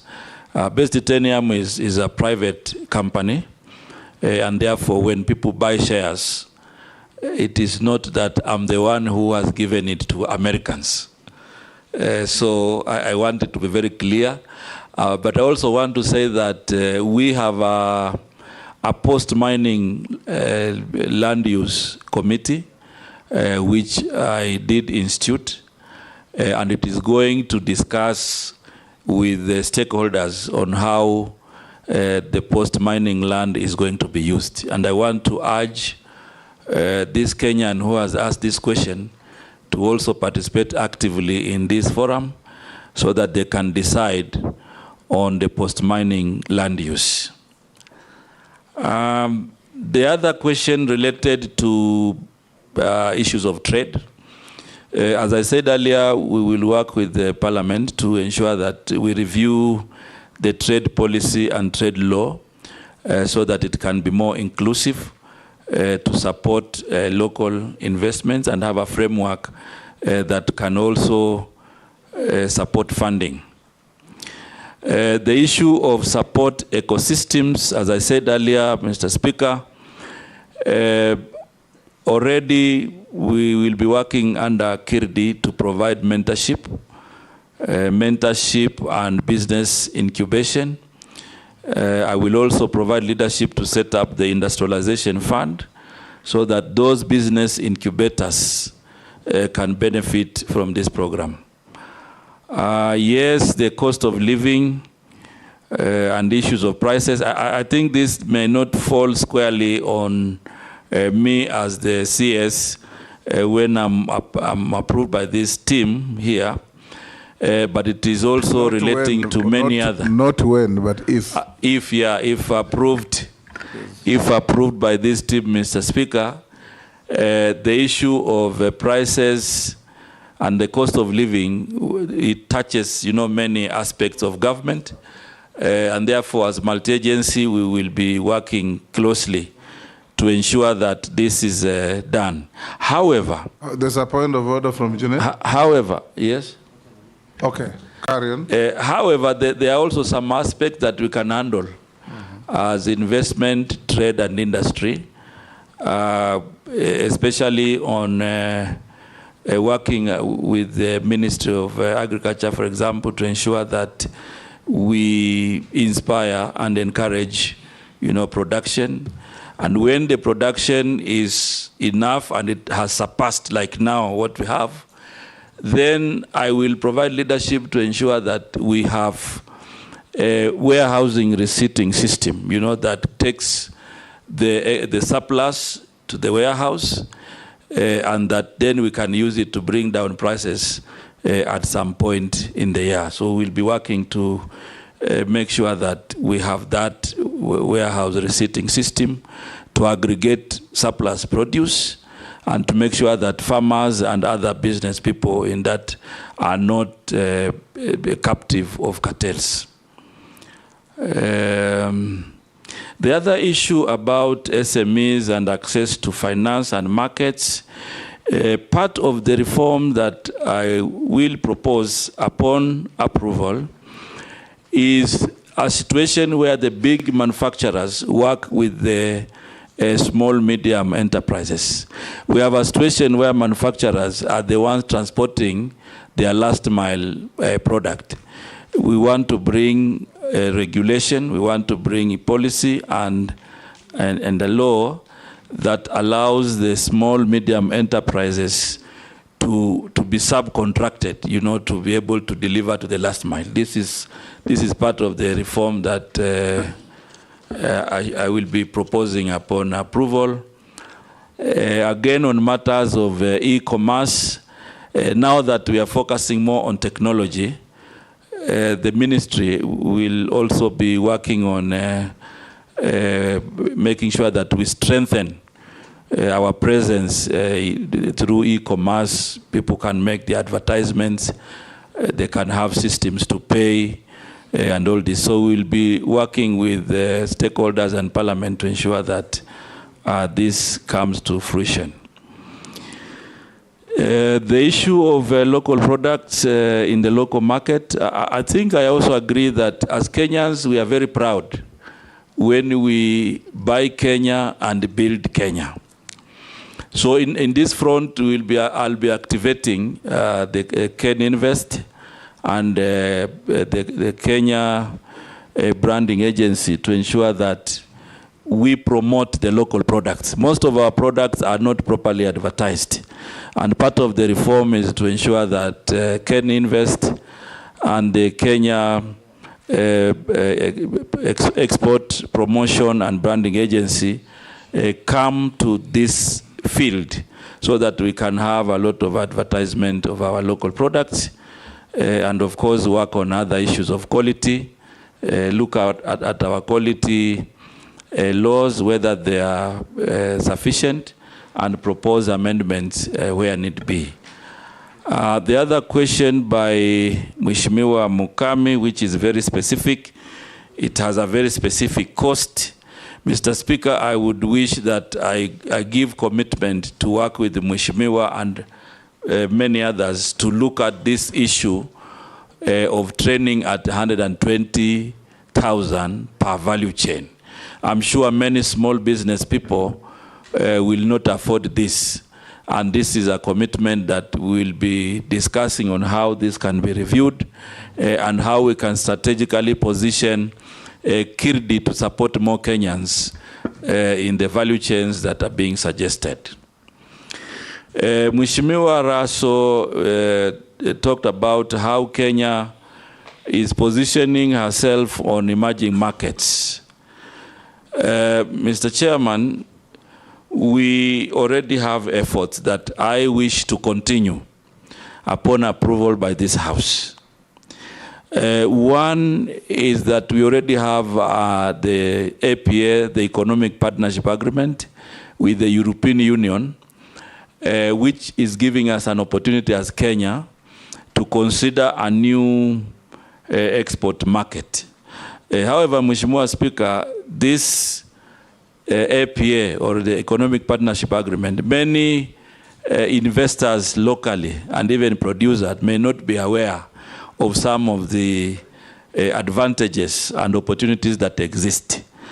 I want to undertake to ensure that we do a robust dissemination so that people can understand what is duty-free, quota-free, right? Yes, but you know, there are products that have been mentioned there. Like when I read it last, immediately after signing, I realized that there were a lot of things to do with fisheries.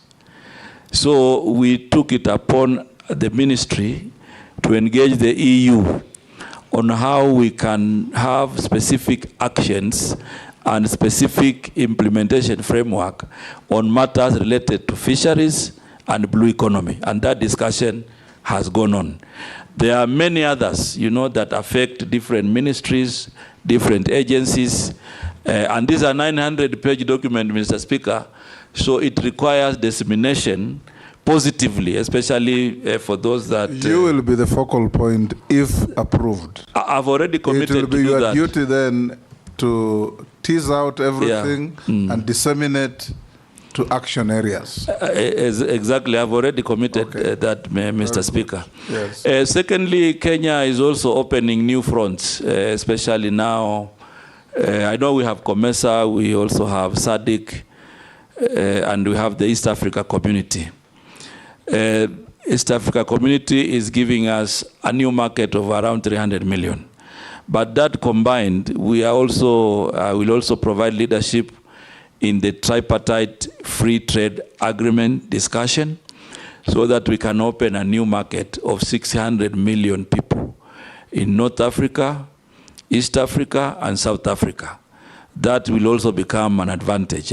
But I think as Africa, we can open more the 1.2 billion population through the AfCFTA, the Africa Free Continental Trade Area, that is going to be useful to open emerging markets. So I think what I want to confirm, Mr. Speaker, is that I'm cognizant that there are new markets, and I'm also committed to continue the conversation to make sure that Kenya takes advantage of these markets for our products, but also for movement of goods and people. Thank you. The last question from Mheshimiwa Caleb was basically asking me how we will be able to balance between appetite for taxation and incentives for production and investment. And I think that is the dichotomy that we will all be working on to ensure that we don't overtax, we don't introduce levies that Kenyans will not be able to pay, but also give incentives that will inspire investment.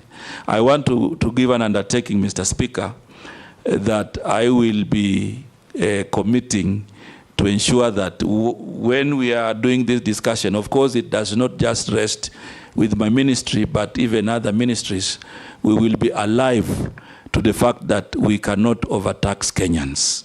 And we will continue that trajectory in a manner that we have fair, but also inspiration in our investments. Thank you, Mr. Speaker. Honorable Mvurya, I will be requesting at the end of my explanation that you give us an undertaking that you will do certain things. You have said something very profound. You have said that you got money for geophysical survey, but did not get the corresponding fund for truth, what do you call it? Ground truthing. Yeah. So it beats logic to get one and not get the other. So the challenge here, when I've heard you speak, is that we have a problem with sequencing government projects and programs. For example, Rivertex in Eldoret, investment was put into it, state-of-the-art factory. But unfortunately, you did not promote local growing of cotton first. Therefore, they are importing cotton, so it's not benefiting the locals. On edible oil, there's been a lot of talk about we don't want importation of edible oil. But by now, we should have marshaled all our farmers to grow sunflower, canola, coconut, so that by the time you're bringing the industry to come and make edible oil here in Kenya, we have the raw material. When it comes to rice, again, we want to stop importation of rice, but there is no corresponding program to promote maximizing the growing of rice. So even if we say we are going to be milling our rice in big numbers so as not to import, we haven't done the first things first. Sequencing is a clear problem.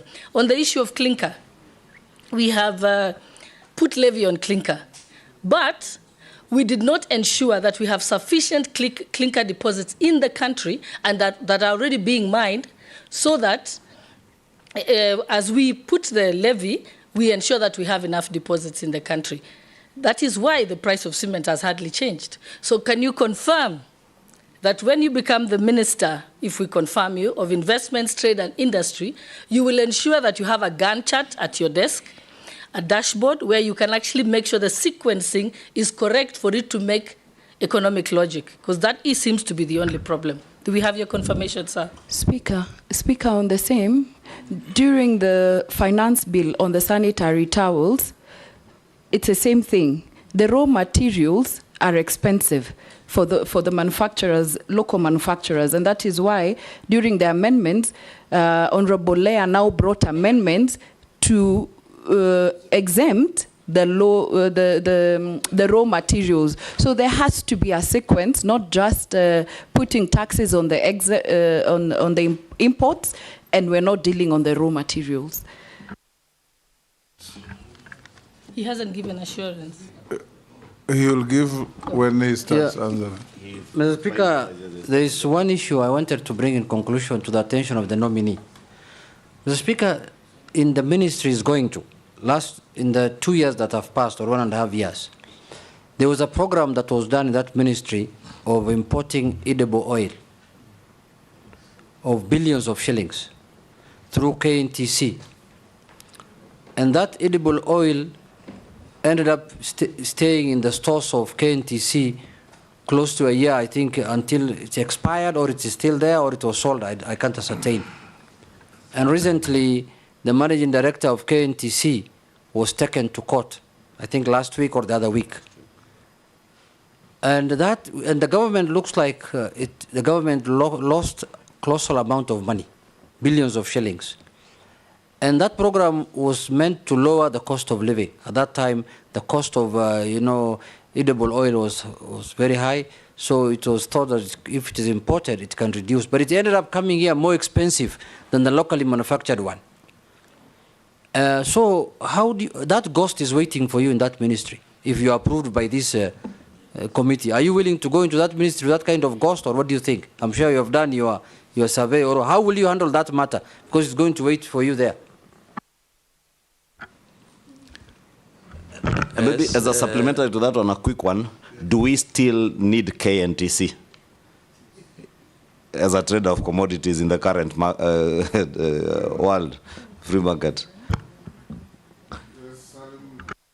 Nominee, can you start with the undertaking, then cascade down? Thank you very much, Mr. Speaker. You see the question that Honorable Gladys raised is not a yes and no. I have to say something to affirm. Of course, I will be affirming. We are running out of time, so be very... Yeah, but this is pertinent, Mr. Speaker. If I don't get it right here, I'll be misquoted. Okay. First thing is that the geo-survey and the ground truthing were funded. Geo-survey, then we realized we needed ground truthing. We requested for, not simultaneous, separately. When I went in, I then made the proposal to do ground truthing. It was funded. Some money was removed during supplementary, but as I said earlier, some work has gone on in 24 counties. Secondly, on the issue of river tax and all these others, I want to give an undertaking. Using my project management skills, the sequence will change. I know the sequence also involves other government agencies. My undertaking is that I will provide leadership to ensure that if it is funding, if it is decisions, we do on all steps so that we don't end up where we have ended. I know, right? Thank you. Then I now have an audio-visual evidence of exactly. And I want to, we will be playing it, Mr. Speaker, at some point to see how things are moving. And I know there is an issue with edible oil about the imposition of levy for crude palm oil. It is the current matter for discussion. And as you rightly put it, Madam Mheshimiwa, the levy was not in bad faith. However, it is the sequencing, because the levy was meant to promote the local manufacturers to, at this time, to have worked with farmers, the sunflower farmers and other farmers, to have edible oil value added here in the country. So sequencing, again, has brought a challenge. On that particular matter, I'll be working with the National Treasury, the manufacturers, so that we can see an amicable resolution to that matter, which is very live in public. I'm sure Mheshimiwa Naisula was adding the sequence issue, so I really don't need to respond to. Mr. Speaker, I want to assure this House, even though there are challenges that have happened with the KNTC, upon approval, I will report to the ministry. I have no fears, Mheshimiwa Junet. I will go to the ministry. I'm aware that there are legal proceedings going on with the issues that have been raised. We will allow the legal process to continue.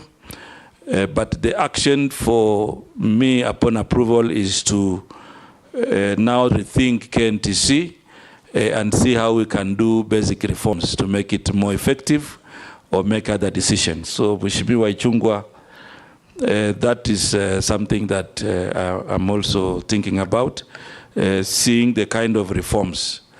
It is not responding to whether we need it, but when we do an analysis and the reforms, then we will come up with a good decision. Is it under among the 47 that you passed in cabinet to get rid of? I'm not. I haven't looked at the list, Mr. Speaker. But what I'm saying is, whichever way we look at basic reforms to make it more efficient. But my question was CS, because we are here to ascertain your capacity and ability to take over that ministry. In your opinion, under the current liberalized market, KNTC is the old thinking, where you needed the government to trade in commodities to regulate pricing. Do we honestly need KNTC, in your own opinion?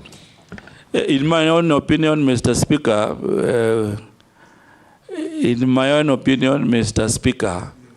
we don't need the KNTC in its current fashion. And that is why I talked about reforms. And you must have the courage to do those things to save public money. Now, before I come to mundane questions, Mr. Speaker. We must come to an end. No. We must come to an end. Oh, okay. Yes, there is only one question that has been sent asking you, nominee, that there's a command called Kenatco, which is still in GOK books as a parastatal 100% owned by ICDC. It has been under stage managed receivership for over 27 years. What measures will you put in place to simply wind it up or privatize it? Mr. Speaker, you know Kenatco? Yes. Yes. The measures upon approval, my first assignment will be to understand it, because I think the Kenyan has put some basic information, but there will be more that we will need to find out, and then an appropriate action is taken. So I will take it up, Mr. Speaker, to ensure that we get to the bottom of the matter, and then we make the necessary decision. Okay. Yes, Russell? I think unlike KNTC, with Uber, Kenatco should go. Do we need it really? Yes, yes, it does. Yes, Salim, and I think we'll direct the Committee on Trade to follow up in case you are approved to account for the 27 years of receivership of this company. 27 years under receivership. That is unacceptable. It is not your fault. Yes, Mr. Speaker. In case we approve you. Yes. Now, Salim, we'll ask you a few mundane questions. Have you been adversely mentioned in any integrity-related report or investigations? No. Apart from the no evidence statement by Robert? No. No. Do you hold any position in any political party? No. What is your net worth? 158 million. 158 million. Yeah. Made up. I've given a breakdown. Yes. Which page?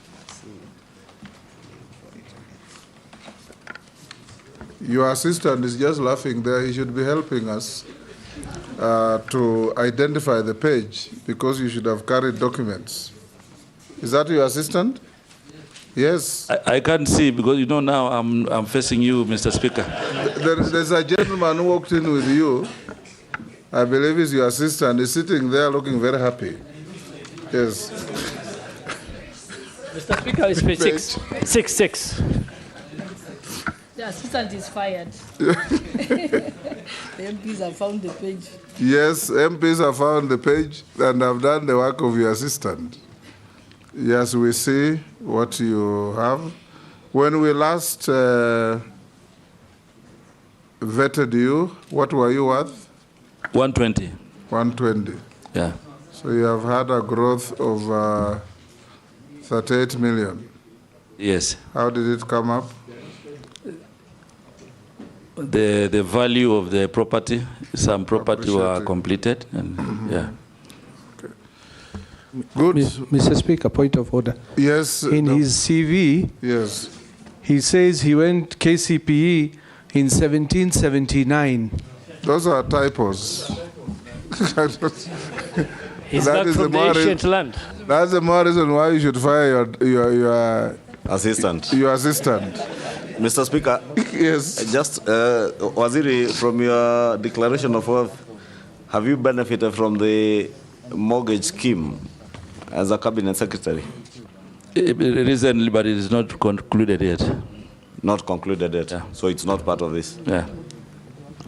Okay, nominee, we are coming to an end. Make sure you take your documents with you. We have checked with what we have and we found them correct. We have also found the issues that were sent through memoranda against or for you, 21 of them, you satisfactorily responded.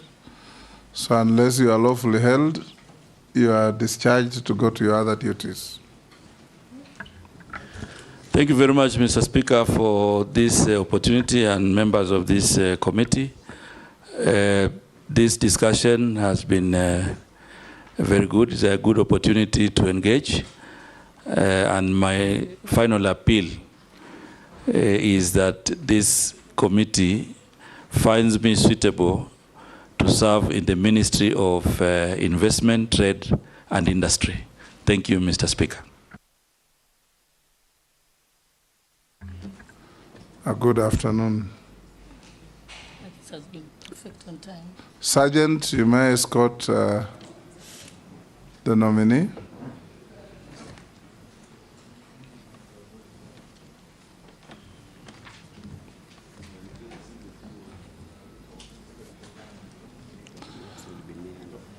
Members, you have 5 minutes to allow the pardon? You need to pray. My Muslim friends normally pray for 3 minutes. No lunch. Lunch will come later. Yeah? Yes. Yeah, 3 in the yes. morning. You have 10 minutes to come back. Don't go for lunch. This one was well managed. Yes.